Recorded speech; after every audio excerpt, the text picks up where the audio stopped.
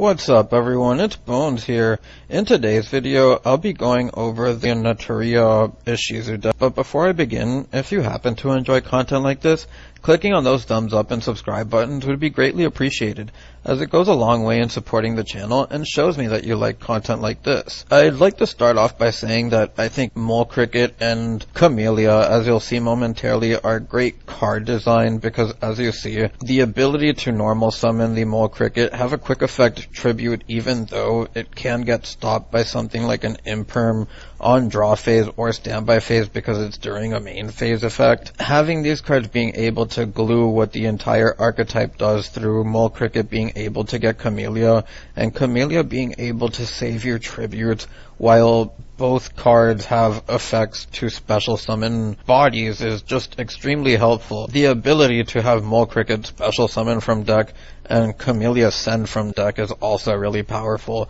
And as you'll see, we're going to send the Sacred Tree, which is a reinforcement of the army basically for the entire archetype, not just monsters. And we'll get the Spring Breeze, which now we can use its effect bringing back the Mole Cricket. And from here we can just go into the Nat Beast, and I'm going to special summon back the Mole Cricket because we special summoned a Naturia monster from the extra deck.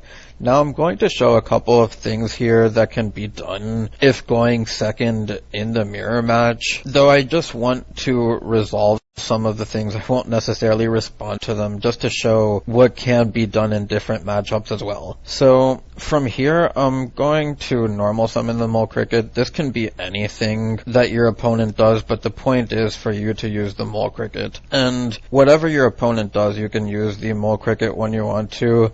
Then special summon the Camellia. And something I want to also show from the second side here, as I'm going to get the Camellia effect, is that you can actually use the Mole Cricket if you're going second to bring out two monsters if your opponent has a monster with the highest attack, even if tied on board. And the fact that you can get Camellia and Sunflower can be a great way to help you break boards. You can also get Vayne, which I'll show momentarily, as I'm going to special summon back the Sunflower as we special summoned a monster while Camellia was on board. And you'll see we have the Vayne here as a second way to break board if need be. But with that, as you can see, we have monster negations through the Sunflower along with the Naturia Beast, which is spell negations. In something that isn't a mirror match, the Camellia can be even deadlier,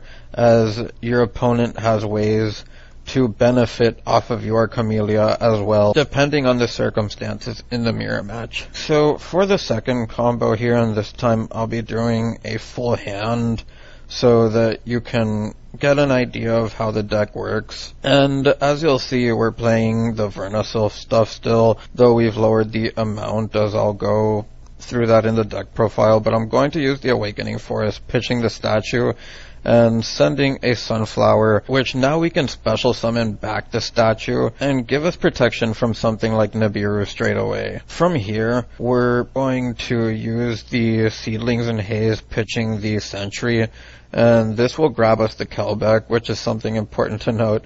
The Vernisylph cards can get you any Earth Fairy, and the Ishizu cards are Earth Fairies. Kelbeck turns into a hand trap. In a hand like this, as you'll see, it's also an Earth monster, which is helpful as you can special summon it for its hand trap effect under the statue. So we're going to special summon back the Sunflower off of the Seedlings and Haze, and now we can just use the Agito effect and mill 5 here as we hit a Sacred Tree. The Sacred Tree will go off the Kelbecks as well, and at this point it's just free resources.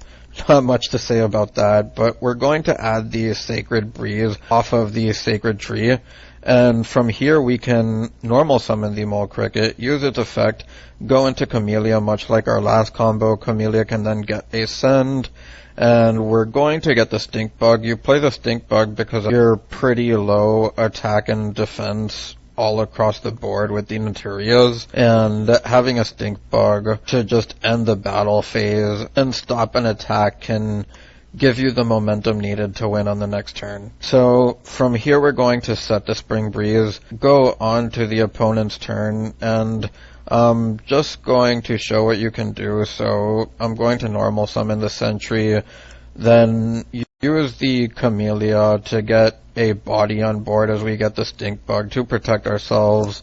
Then say your opponent uses any other effect or whatever, special summon something. From there, watch them go into the extra deck to get back our Mole Cricket. Again, I'm just kind of showing how much you can do, but in this particular scenario, you can use the Synchro effect of Spring Breeze in order to go into your Naturia Beast, which will give you the attack negation or a monster negation, as you do have to tribute Naturia Sunflower along with another Naturia if you use the Synchro effect before. But if you use the Sunflower effect when Camellia is on field, then you don't need to worry about that, which would give you a monster negation, the ability to negate the attack, the spell negations, the Earth Statue, and the Hand Trap and Kelbeck. So onto the deck profile, and I think this is pretty standard. I've seen other people play even less of the Vernisylph cards, but I like the ability to get easier access to the Earth Statue. Then for the 3 one-ofs here, I would like to point out that you could cut or side the Vein, but I still think it's nice to have it as an option. I do think in every other scenario you do want to play the Sunflower and the Stink Bug though. I think the Mantis is also an option, though the problem with this is that you do need a Naturia monster in hand. I've also seen some people play Marin, but its lack of synergy with Mole Cricket is the reason why I don't have it in this deck list. To go over the card by card, we have the 3 Sentry, the 3 Kelbeck, the 3 Keldo, the 1 Mudora, the 3 Awakening Forest, the 3 Seedling and Haze, the 3 Fenrir, the 1 Statue, the 3 Camellia, the 3 Mole Cricket, the 3 Herald of Orange Light, the 1 Called by the Grave, the 1 Sunflower, the 1 Vein, the 1 Stink Bug, the 3 Spring Breeze, the 3 Sacred Tree, and the Foolish Burial. It's also important to note that your Vernisylphs are Earth Fairies, so they synergize with the Herald of Orange Light if it comes down to it. Then for the extra deck, there's the Appaloosa, the Curious, which you'll be using more so on follow-up turns, the Unicorn and the Masquerena, the Asa. I play the Sprite Elf because in most cases we have Sunflower, which is a level 2. Then there's the Zeus. I play the Gallant Granite because if you get any free rank 4 access and you're locked into Earths, like the Sentry effect to special summon itself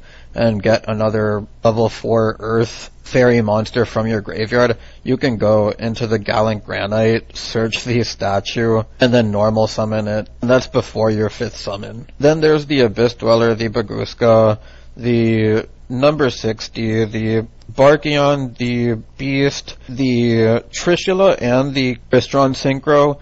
You can actually Synchro summon on your opponent's turn if you aren't locked into Earth through the Earth Statue via Spring Breeze, which is why I like to play these 2. Then for the side options, I'll go over the Bestial stuff first. One cool thing is Camellia is a level 4 tuner. If you happen to play the Bestial package, it's a free level 10 Synchro. Lava Golem and other board breakers are also good in my opinion. Goes in match because everything is Earth. Anti-spell, you only play 5 spells. The Diamond Direwolf and the Mystic Mine is also interesting because it's a rank 4 Earth that you can just pop it along with something else on your opponent's field to clear your own board through mine. And then of course the Talents, just for the ability to play around hand traps. So there will be nothing that you can do unfortunately about a standby phase perm on a Mole Cricket if that happens. But the good thing is that you're usually normal summoning this on your main phase 1, or special summoning it through the Vernisylphs. Anyways, that's all for today's video, and if you made it this far, I thank you for watching and I hope you enjoyed. If you have any suggestions, feel free to leave them down below. It's Bones, signing out.